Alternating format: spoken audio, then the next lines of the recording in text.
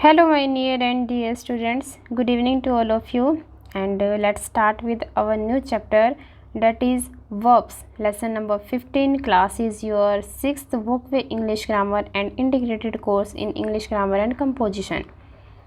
So our chapter is verbs, means क्रियाएं, क्रिया करना, किसी काम को करना।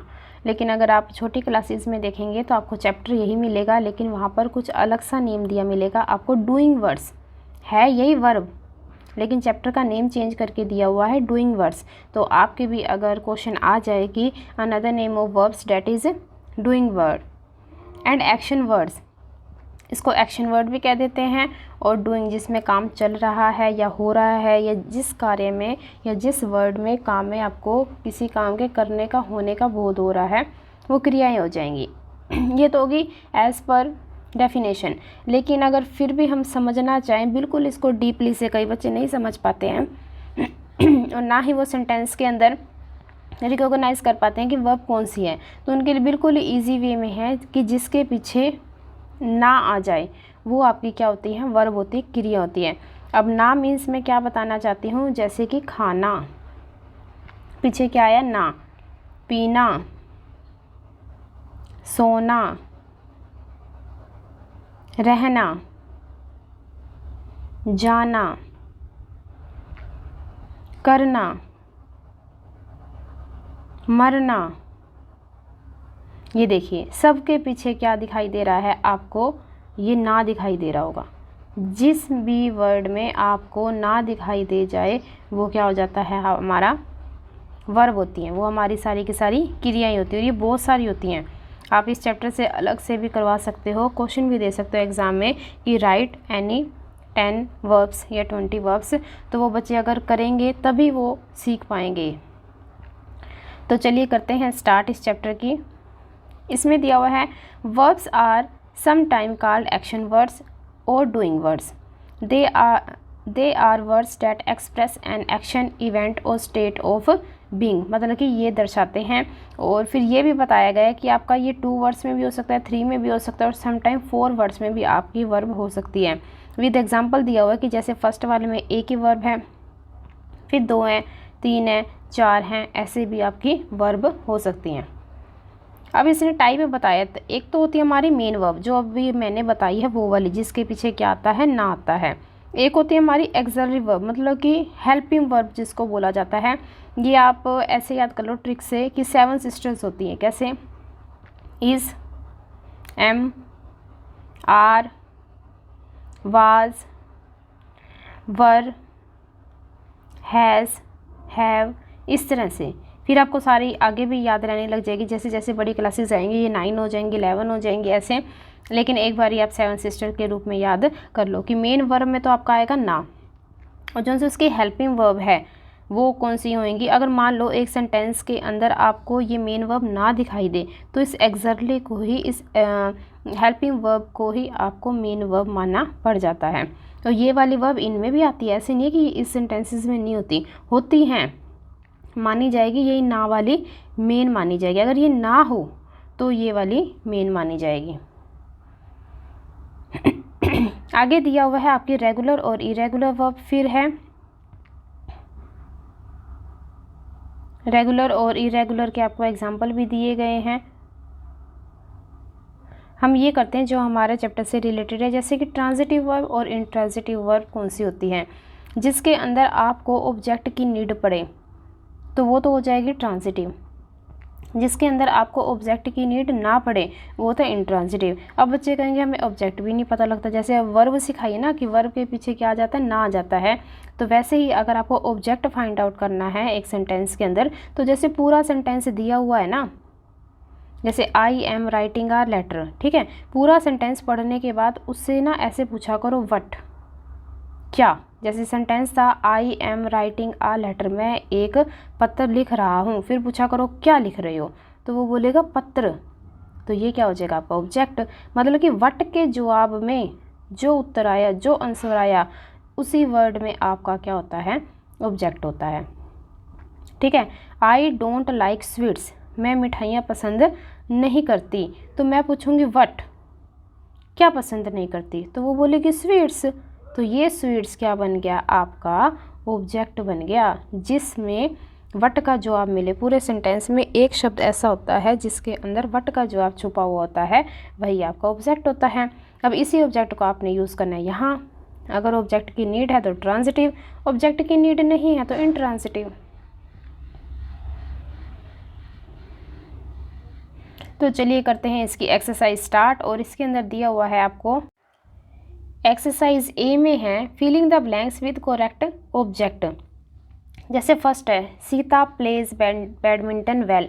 अब ये सीता के साथ प्ले क्यों नहीं आया, प्लेस क्यों आया?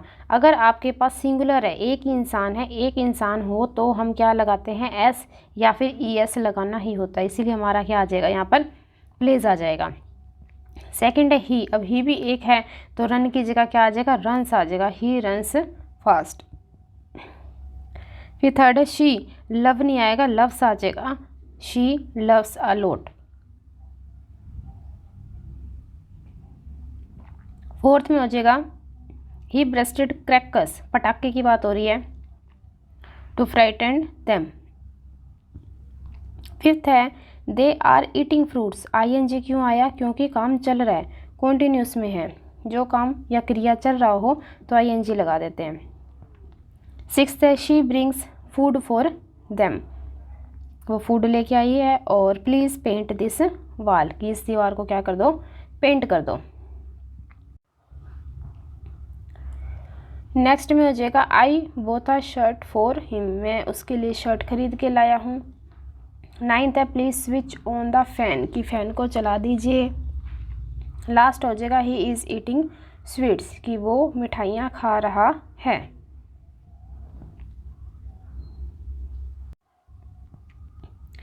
अब करेंगे इसकी एक्सरसाइज बी, और इसके अंदर हमको बताना है कि इंट्रांसिटिव कौन सी है और ट्रांसिटिव वाली आपकी कौन सी सेंटेंस है। फर्स्ट है जैसे ग्रांड माँ बोथ अ स्टिक, अगर मैं पूछ लूँ वट क्या लाई तो वो बोलेंगे स्टिक लाई, तो मतलब कि इसके अंदर तो ऑब्जेक्ट है, ऑब्जेक्ट जिसमें भी मिले वो क्या होता है, ट्रांजिटिव, इसीलिए मैंने यहाँ पर टी लिख दिया है। सेकंड है द स्नो इज़ फॉलिंग, मतलब कि बर्फ़ है वो गिर रही है। अब ये गिरना ये तो होगी वर्ब, ठीक है, ये क्या, ये तो सब्जेक्ट है, ऑब्जेक्ट तो मुझे कहीं दिखाई नहीं दिया, ये स्टार्टिंग वाला तो सब्जेक्ट हो गया, ये हमारी वर्ब होगी क्योंकि ING लगा है और फॉलिंग मीन्स गिरना हो तो उसके पीछे ना है तो वो वर्ब है, तो ये क्या हो जाएगी, इंट्रांजिटिव। इसी तरह से आई फील हैप्पी, तो ये भी इंट्रांजिटिव है। और द पैसेंजर्स वेटेड पेशेंटली, तो ये भी intransitive.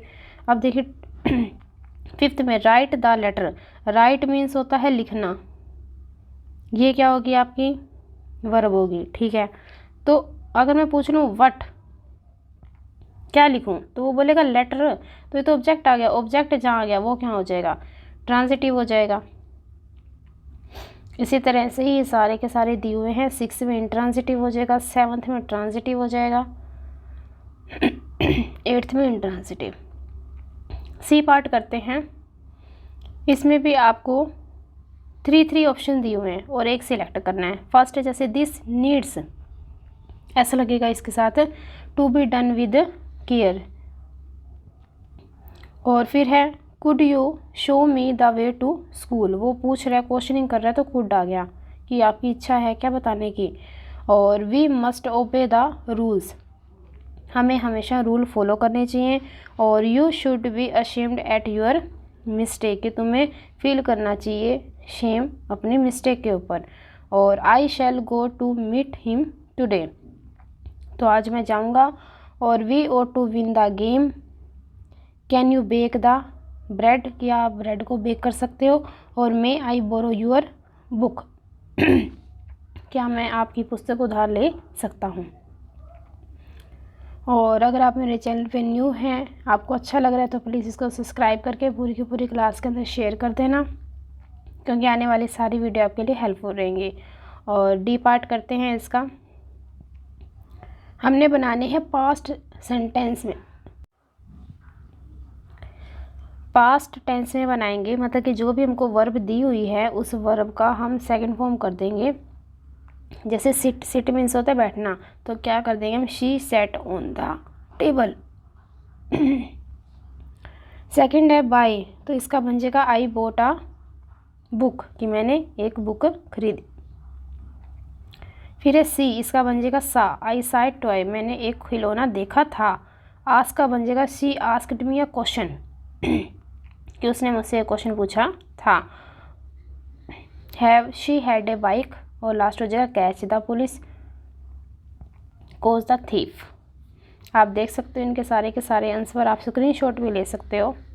I hope these all are very helpful to you.